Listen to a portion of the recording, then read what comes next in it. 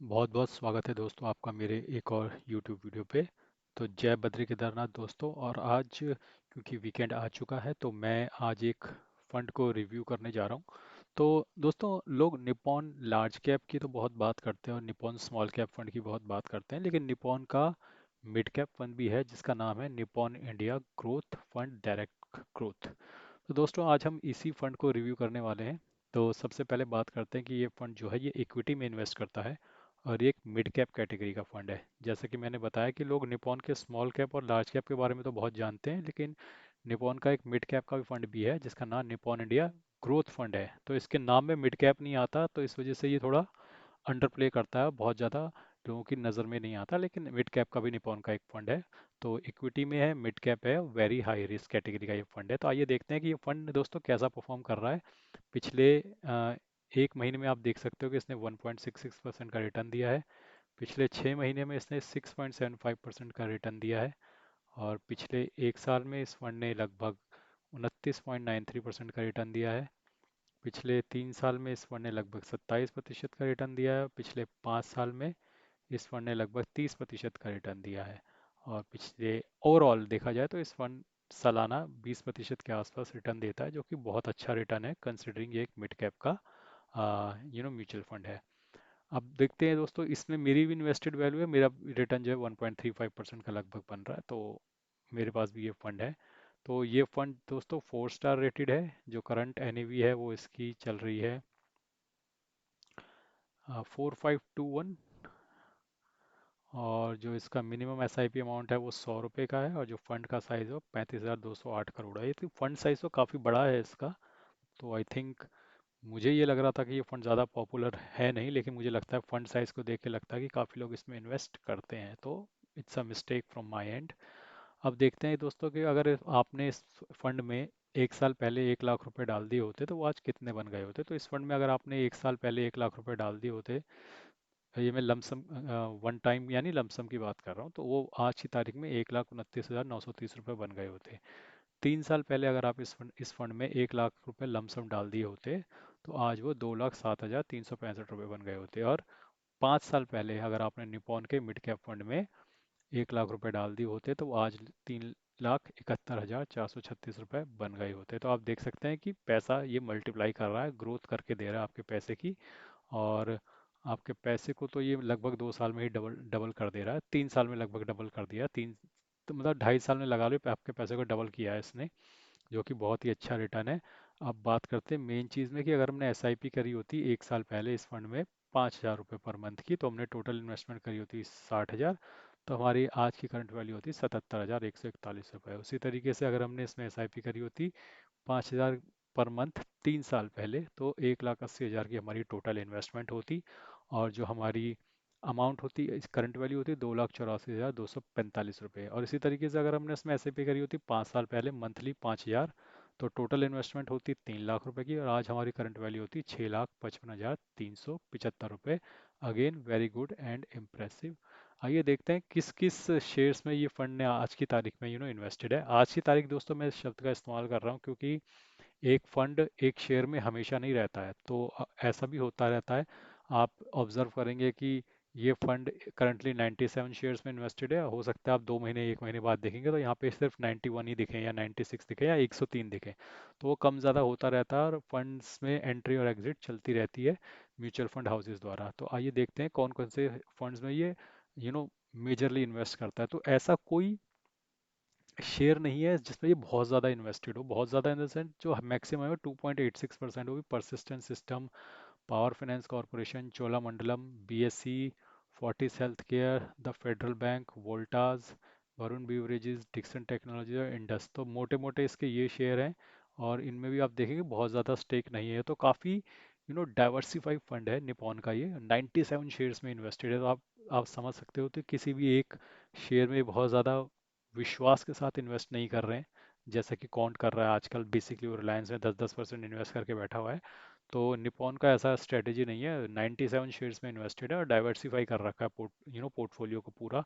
ये वाला शेयर नहीं तो ये वाला शेयर चढ़ जाएगा, इस वाले तरीके से काम कर रहे हैं और अच्छा रिटर्न निकाल रहे हैं। तो मुझे अब फ्रैंकली अगर पूछोगे तो कौन से वाले म्यूचुअल फंड मुझे ज़्यादा अच्छे लगते हैं, मुझे ज़्यादा वो अच्छे लगते हैं जिनका पोर्टफोलियो डाइवर्सिफाई हो और ज़्यादा शेयर्स हो उनके पोर्टफोलियो में। जैसे कुछ म्यूचुअल फंड होते हैं मिड कैप के जो सिर्फ 15-20 शेयरों के साथ खेल रहे होते हैं, उनमें बड़ा रिस्क होता है क्योंकि 15-20 शेयर बहुत कम होते हैं। अब जैसे ये वाला म्यूचुअल फंड है, ये खेल रहा है 97 शेयर के साथ, तो इसमें ये होता है कि आपका रिस्क बढ़ जाता है। चलो ये वाला शेयर ऊपर के चार कंपनियां जो मान लो डूब भी गई, तो फिर भी आपका म्यूचुअल फंड अच्छा परफॉर्म कर लेगा। लेकिन मान लीजिए इसी सिचुएशन में हम कॉन्ट को रख देते हैं, कॉन्ट के तो ऊपर के चार ही 25-30% का रेशियो खा जाते हैं, तो फिर उसमें बड़ा रिस्क हो जाता है कि अगर वो टॉप चार परफॉर्म नहीं किए तो फंड अंडर परफॉर्म कर जाएगा। लेकिन ऐसा निपॉन के मिड कैप फंड के साथ नहीं है, बहुत सारे शेयर्स इसके अंदर हैं, अगर एक दो चार कंपनी अंडर परफॉर्म भी करती है तो ऐसा कोई बहुत ज़्यादा अंतर पड़ेगा नहीं। तो इक्विटी में 98.1% है और कैश में 1.9% लेकर ये बैठे हुए हैं। तो इन इन सेक्टर्स में ये इन्वेस्टेड हैं। अदर्स मतलब बहुत सारे जो अदर सेक्टर हैं, फाइनेंशियल्स में ये सबसे ज़्यादा इन्वेस्टेड हैं 17.2%, सर्विसेज में 15.3%, हेल्थ केयर में 12%, ऑटोमोबाइल में 11%, कैपिटल गुड्स में 9.3%, केमिकल में 5.0% ये लोग इन्वेस्टेड हैं।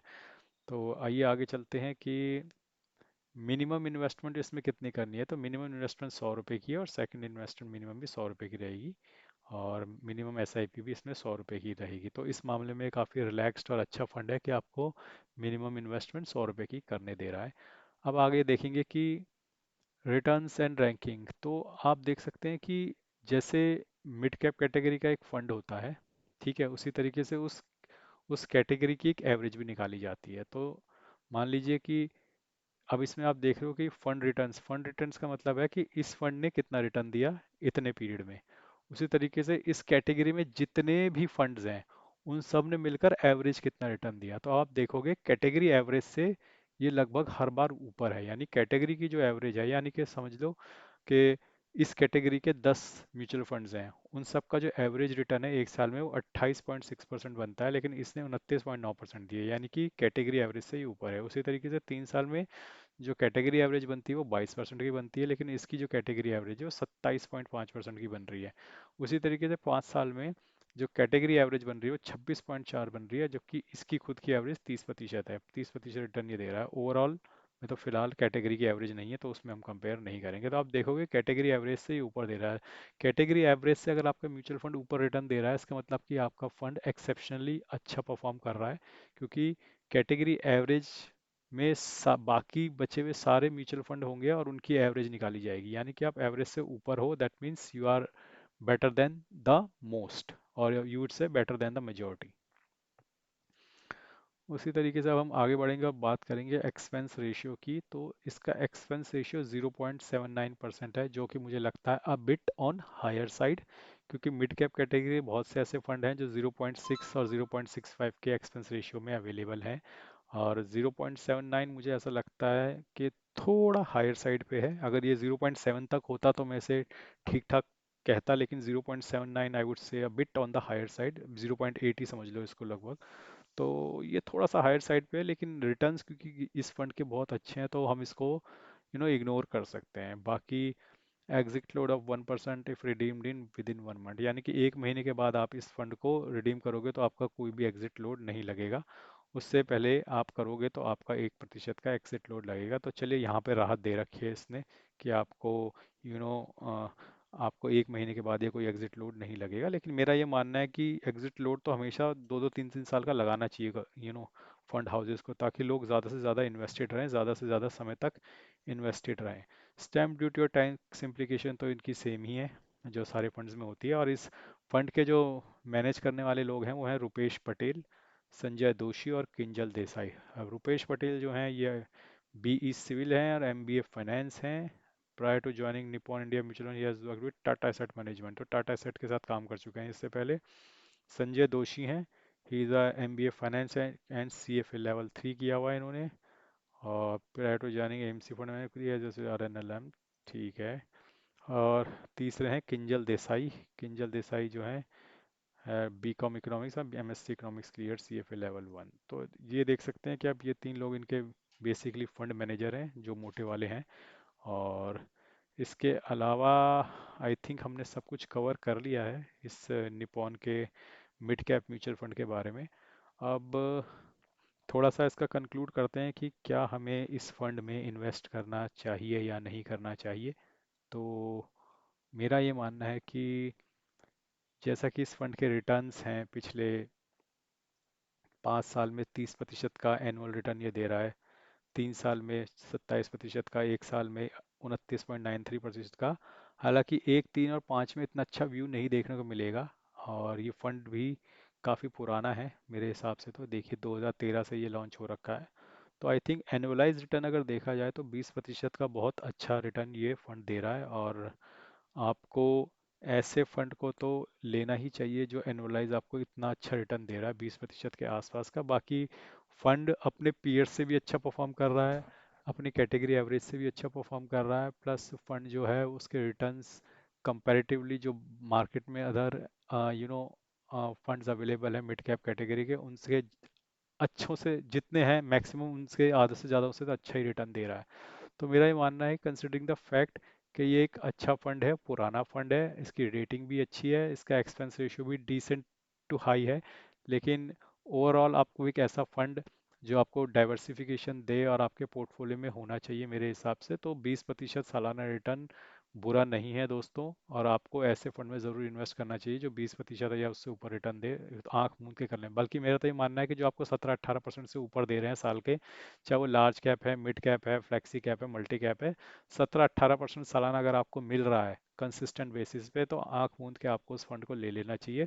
इतना ट्रैक रिकॉर्ड भी होना चाहिए दोस्तों, ये भी ज़रूरी होता है। अगर ट्रैक रिकॉर्ड इतना लंबा नहीं है तो पता नहीं होता कि वो फंड लॉन्ग टर्म में कैसा परफॉर्म करेगा। लेकिन निपॉन के फंड्स के साथ ये है कि हमको हमारे पास पिछले 12-13 साल की जर्नी अवेलेबल है, हम देख सकते हैं कि साल दर साल इस फंड ने अच्छा परफॉर्म किया। और एक उम्मीद बंधी रहती है कि चलिए अगर हम भी 10 साल तक इस फंड में इन्वेस्टेड रहते हैं तो ये 20% का रिटर्न हमें भी दे देगा और हमारा भी अच्छी खासी ग्रोथ हो जाएगी।